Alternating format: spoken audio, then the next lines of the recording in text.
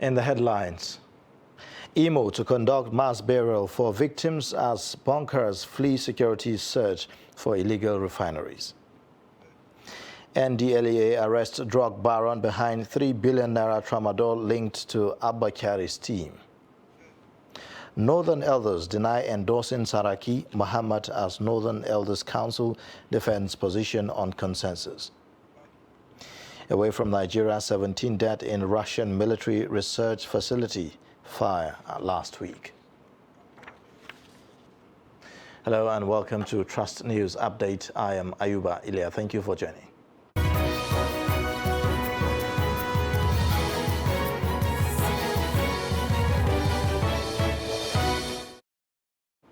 Now the details. Illegal bunkers operating in the oil-rich Ohaji, Egbema and Oguta local government areas of Imo State are on the run as security operatives beam their searchlight on operators of illegal refineries in the areas. This follows last Friday night's explosion at an illegal refinery at Abazi Forest in Abacheke, Pofire community in Ohaji, Egbema local government area of the state, which has so far claimed no fewer than 100 lives. Our correspondent gathered that there has been mass exodus of illegal refinery operators from the densely populated forest of Egbema, Ohaji and Oguta since the incident. The State Commissioner for Information and Strategy, Declan Emelumba, in a statement on Monday also stated that the state governor, Hope Uzodinma, had ordered the Ministry of Environment to evacuate charred remains of the victims from the incident scene. According to the statement, fumigation of the scene will begin immediately. The victims were given mass burial on Monday. Uzodinma, who in the statement deeply regretted the incident, described the loss of lives as an unfortunate and expressed his condolences with families of the victims. The National Emergency Management Agency has conducted an assessment of damage caused at the International Cattle Market, Iware, in Ardo-Kola local government area of Taraba State, where an explosion occurred recently. 9 people died and 19 others sustained injuries in the explosion. Head Taraba Adama Operations Office of NEMA, Ayuba Ladan, who led the team on Monday, said the team was at the site of the explosion to ascertain the level of damage done by the explosion. Ladan stated that the visit was at the instance of the Director General of the agency, Mr. Mustafa Habib, who expressed concern over the unfortunate incident. Ladan, while commiserating with the Taraba government and the victims of the dastardly act, said 121 households were affected by the blast. He added that 9 people died, 28 injured, and several others displaced. He gave assurance that the Operations Office will forward the report to the headquarters of the agency for quick response and intervention to the victims of the explosion. 1 person is killed and about 7 others sustained injuries when explosion rocked a beer parlor known as Gidang Amaria in Gashua, headquarters of Bade local government area of Yobe State. Reports say that a huge sound was heard across many parts of the town at about 8 p.m. on Sunday. Authorities in the local government confirmed the incident. Executive Chairman of Bade local government, Sanda Kara Bade, said that he has mobilized security team into the scene and ordered for investigation to unravel the root cause of the explosion. Meanwhile, the injured victims were evacuated for treatment at the government facility. It is unclear the group behind the explosion, which happened 2 days after suspected Boko Haram insurgents slaughtered about 10 persons at Kwari Bruthel in Gaidam local government area of Yobe State. Last week, the Islamic State in West Africa province claimed responsibility for attacks on 2 bars in Taraba State. Yobe residents have asked the government to consider banning bars, beer parlors, since they are becoming target of attacks. Some members of the Deeper Life Bible Church, Iragbo community in Badagry, Lagos, were injured when the church building collapsed on Sunday. According to the news agency of Nigeria, the collapse, which took place at about 9:30 a.m. while service was in progress, was due to heavy rains. No fatality was recorded in the incident. Topozin Tunde, A member of the church said 6 members of the church who sustained serious injuries got medical attention. Also speaking, the Bala of Iraqbo community, Toma Agodi, said he was inside his palace when a resident came to inform him that the church building had collapsed. On security matters, operatives of the Ogun Police Command and other local security outfits have arrested 9 members of an alleged notorious kidnap syndicate terrorizing Abeokuta Ayetoro Road in Abeokuta North local government area of the state.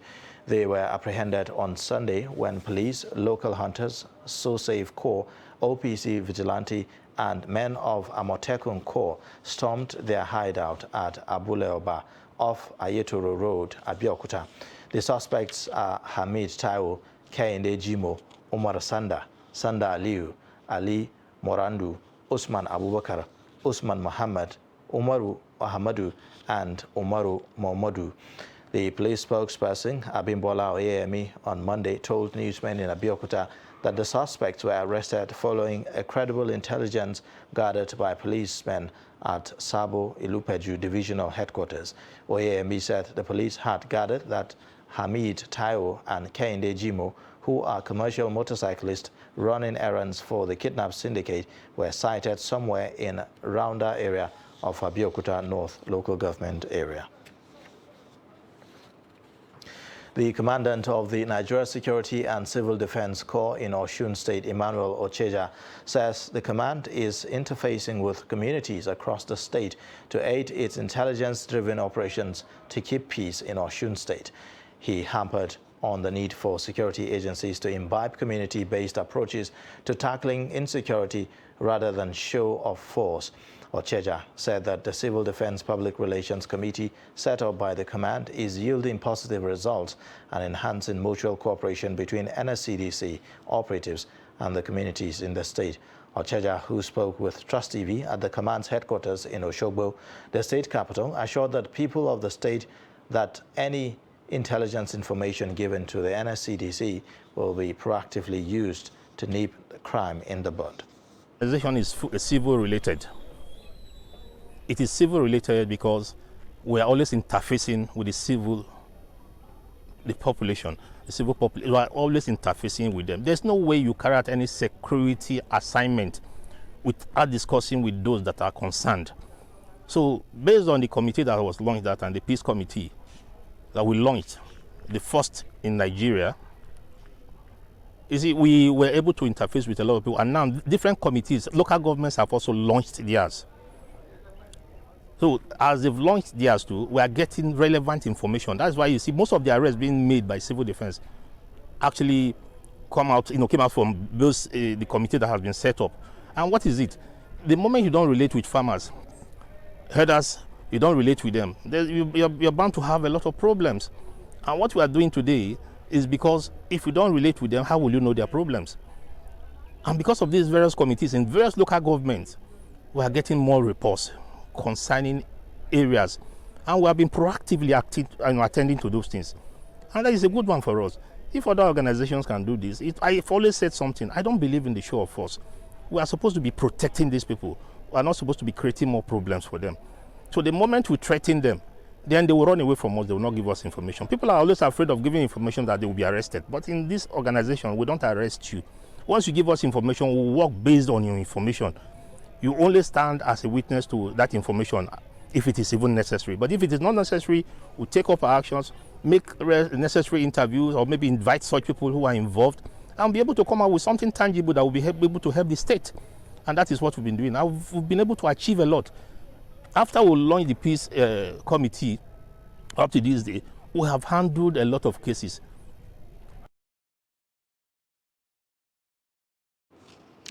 In a related development, operatives of the National Drug Law Enforcement Agency have arrested billionaire drug baron Afam Okatu. The suspected drug baron is alleged to be behind the 3 billion naira tramadol deal involving the embattled suspended Deputy Commissioner of Police, Abba Kyari, and his intelligence response team, IRT. A statement signed by the anti-drug agency spokesman, Femi Babafemi, said Okatu was arrested on Wednesday last week by operatives of the NDLEA at the Murtala Mohammed International Airport terminal of the Lagos Airport, Ikeja, on board a flight to Abuja after months of evading arrest. Investigations reveal that the suspected drug baron has been a major importer of large consignments of different brands and high dosages of tramadol, hydrochloride, all of which are illicit. This is in addition to operating 103 bank accounts, most of which are used to launder money. The federal government has been called upon to show more sensitivity to victims and relatives of the Abuja-Kaduna train attack by ensuring that issues around security of the transport sector and the nation at large are given adequate attention. A professor of hematology and oncology, Yusuf Usman, made the call while speaking on our political program, Daily Politics. Professor Usman lamented that despite the President's directive to service chiefs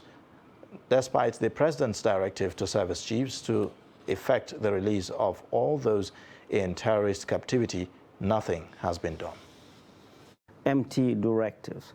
I've counted the number of directives the President has given to his war commanders, to his service chiefs, that have not been complied with. So this is one of the many. I mean, what in insane crimes, the most important Nigerians here now is not you and I, but the relatives of the victims. Nobody. First of all, the Kaduna State government, that is on their tough that these things happen. The Kaduna State government has not thought it's necessary to meet with the families of these victims. The Ministry of Transportation, under whose carriage this thing happened. Anyone that enters a train has a contract with the Ministry of Transportation to deliver me safely to wherever my destination is. And they failed. Nobody in the Ministry of Transportation met with the families of these victims. I saw video clips of some members of the families trying to go to the Federal Ministry of Transportation. Nobody would see them. They were blocked. The most important thing are the victims. Are the victims. But after visiting the scene, what did he do? He went to Port Harcourt and was jumping around like Usain Bolt, declaring presidency, when people are in the forest that he should be responsible for, are in the forest. This is very insensitive of the government, and it cannot be accepted. I urge all Nigerians, especially our clerics, during this Ramadan to raise their voices. The government needs to govern with the milk of humanity, and I don't see that. You're watching Trust News Update, coming up after the break. How Kano government is evacuating refuse. Details and more coming shortly. Join us again. Daily, we bring you updates around politics. People like you who are very young, you have no future. Anybody now who is 30 years, if what is happening to the continues, by the time you are 60, you will have no country. The DPO of a particular unit does not have to wait until the commissioner tells him what to do within his jurisdiction. We have political parties on the ground. Some of them have been there for years. But they themselves, in their own sober moments, they know that this country is not the one they're expecting to run. Policy and governance. Are you saying the NBS is lying? I'm saying to you very clearly that the NBS has a serious problem with accurate data till today. The 5th Assembly, as well as the 7th Assembly, their own attempt were unproductive. Emergence of the Taliban has simply emboldened terror groups globally. There is a lot of attention with regards to security developments in Nigeria. On Daily Politics, we interrogate issues, holding the actors to account, bearing in mind all the sides. We heard that in some places now, people have to go and pay tax not to the local government, not to the state, but to criminals. Nobody can come to your house and kidnap you without information. If this country is bleeding, it is bleeding because we have failed to educate our young.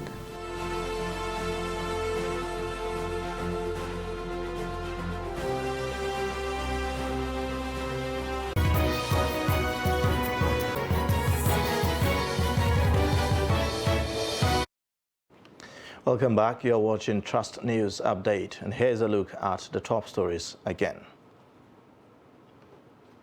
Imo to conduct mass burial for victims as bunkers flee security search for illegal refineries. NDLEA arrests drug baron behind 3 billion naira tramadol linked to Abba Kyari's team. And now to political matters. Northern Elders Forum has distanced itself from reports that it has endorsed former Senate President Bukola Saraki and Bauchi State Governor Bala Mohammed as consensus presidential aspirants of the People's Democratic Party from the North. A statement by Dr. Hakeem Baba Ahmed, NEF Director of Publicity and Advocacy, said the attempt to engineer a consensus among the aspirants was not that of the aspirants themselves. He said Northern Elders Forum is not affiliated to any political party or aspirant and is strongly committed to the creation of a level playing field which will allow the emergence of the best leaders in the 2023 elections. Meanwhile, leader of the Northern Leaders Council, Paul Unongo, has defended the position of the region on Saraki and Bala Mohammed's presidential ambition. Unongo told newsmen on Sunday in Jos, the Plateau State capital, that he initiated the idea of picking a consensus for the region. The announcement of Mohammed and Saraki as Northern Consensus presidential aspirants of the PDP by Professor Ango Abdullahi on Friday continues to generate reactions. The Sokoto State Governor Aminu Tambuwal has rejected an arrangement that produced Bukola Saraki and Bala Mohammed as the Northern Consensus candidates of the People's Democratic Party for next year's presidential election. Tambuwal, who was reacting to the endorsement of the duo by the Northern Elders Forum of the PDP, maintained that he stands by the last decision of the presidential aspirants, who all accepted that the consensus arrangement was not working and so should be discarded. I spoke to him and I spoke to Governor Bala Mohammed and Mohammed Hayatuddin and told them my view that I was still standing by our own unanimous voluntary position of calling off the consensus engagement because it was not working. And we went to his house, myself and Senator Bala Mohammed, and we sat down and I told them my position, that I was maintaining that position because the consensus clearly was not working. With the current situation in Nigeria of insecurity and general concerns all over the place, that we midwife these processes of seeing that we reduce the number by ourselves or through the party. So it would have been good if we were able to achieve broad-based consensus. Meanwhile, Governor of Bauchi State Bala Mohammed says he does not believe in zoning ahead of the 2023 presidential elections, but rather believes that the focus should simply be to find a leader who is capable of leading Nigeria. Governor Bala made the comments during an interview on Channel TV's Sunday Politics. He said himself and Saraki have been asked to decide on who will emerge as candidate to represent the region. While stating that he has a wealth of knowledge and experience to lead Nigeria, he said he will only step down for Saraki if he is convinced beyond reasonable doubt that he will do a better job come 2023. He explained that the only person who he will step down for is Goodluck Jonathan if he declares his interest to run for president.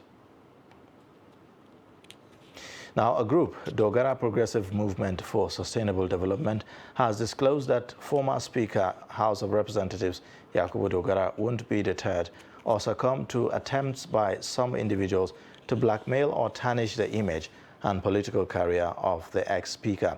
The group disclosed this through its leader, Mohammed Nuruddin, on Monday. It said Dogara still represents his Bogoro, thus Tafawa Balewa Federal Constituency of Bauchi State, despite the judgment by the Abuja Federal High Court. According to the group, it was not oblivious of the judgment delivered by an Abuja Federal High Court, adding that the former speaker had already set everything in place to appeal the judgment. An Abuja Federal High Court presided by Justice D.U. Okorowo had on Friday, April 22nd, ruled that Dogara should vacate his seat as a result of his defection from the People's Democratic Party to the ruling All Progressives Congress. The group attributed the judgment to political machinations by the powers that be, both within and outside Bauchi State, adding that having been on the side of the people, former Speaker will surmount all challenges. Now, away from politics, Kano State government has commenced a 10-day emergency refuse evacuation and disposal exercise across the state. The exercise is in response to public outcry over accumulated refuse in many parts of the state. Trust TV correspondent Idris Jibrin, who went around the city, reports that so far over 500 trucks of the waste have been evacuated. His report. Cape Gates is a waste management company contracted by Kano State government to be carrying out routine environmental sanitation across the state. But for several weeks, this company could not operate at full capacity, which recently made a refuse dump to become a common sight in many parts of Kano metropolis, resulting to various inconveniences that are threatening the environment. This is terrible. It's too much. Even if they build this thing, you can say they get a person for body. If you break a tire, now dust you go to blow. Even for house, we not feel stay for house. If you see my house, that's why the big thing will enter inside the house. This dirty, at least they are fighting for coronavirus, but this is more than coronavirus. Every day you cannot breathe, you cannot eat. Even if I'm using first mask to pass there. Tagged Operation Keep Kano Clean. This 10 days exercise is part of the state government direct intervention toward refuse evacuation and disposal. We have mobilized resources, and we have also sought for corporate social responsibility from private organizations. So we have had a meeting with all the companies that are undertaking projects in Kano, private companies, and we requested them to support us in any way they can. The problem of indiscriminate refuse dump, non-payment of refuse evacuation fee by the residents are believed to be among the major factors threatening the productivity of Cape Gate Waste Management Company in Kano. On a daily basis, we evacuate an average of 50 trucks of waste from Kano. So that is approximately about 300 trucks evacuated over the last 6 days. I believe yesterday we evacuated, I think, about 70 trucks, and I believe today we are going to do more than that. Although the 10 days emergency intervention by the state government will reduce the amount of refuse dump in Kano, but the threat of environmental pollution may likely remain unabated unless prompt payment of refuse evacuation fees by the residents are accompanied by a properly government-implemented legislative policies. Idris Jibrin, Trust TV News, Kano. Now, members of Southwest Agenda for Asiwaju visited Daily Trust headquarters on Monday to seek support of the organization towards the 2023 general elections. According to them, the media plays a vital role in bridging the gap between politicians and the people. The report. The group, which is led by its chairman and former Senator Dayo Adeyeye, commended Media Trust Limited for the successes it has recorded so far in carrying out its media operations. According to him, the visit is part of preparation ahead of 2023 general elections for Bala Ahmed Tinubu. And I want to commend you also for the additions you have made to your products. You now have a television and also a radio station. Yes. We are canvassing for Asiwaju Bala Ahmed Tinubu. In another 1 month or so, the primaries will be decided. We are hopeful and optimistic that he will win the primaries. And then we enter into a new phase which is now general election campaign. At this time, we are working for that one already. That's why we are here. Dayo Adeyeye also said he's optimistic about Bala Ahmed Tinubu in the polls as more people continue to rally around him. When I say 14 million votes, I say it with all sense of responsibility, without any fear of contradiction at all going forward. He will command at least 14 million votes today in the Southwest. And that is conservative estimation. The general manager of Trust TV and deputy editor of Daily Trust newspaper thanked the group for paying the visit, assuring them of getting the right information to its readers and viewers as the polls draw closer. We want to have a point of call, somebody we can reach out to say, we want to speak to somebody from your campaign, or we want to know what your campaign is doing, so that we'll be able to reflect those aspirations of your candidate in our coverage. We believe that the road to Aso Rock for Asiwaju Bala Ahmed Tinubu, but as well as for any other candidate, will pass through our audience. We have that platform, and we are here, and we will be happy to cooperate with you and work with you in getting stories to our readers and our audiences. And away from Nigeria, at least 17 people have died in last week's fire at a Russian military research facility. Authorities said that Monday that the regional government in Tver, a city about 180 kilometers northwest of Moscow, said so far only 5 of the victims had been identified. The blaze at the Central Research Institute for Air and Space Defense of the Russian Defense Ministry in Tver erupted Thursday and took authorities a day to put out. The cause of the fire wasn't immediately clear. The research institute was involved in the development of some of the state-of-the-art Russian weapons systems, reportedly including the Iskander missile.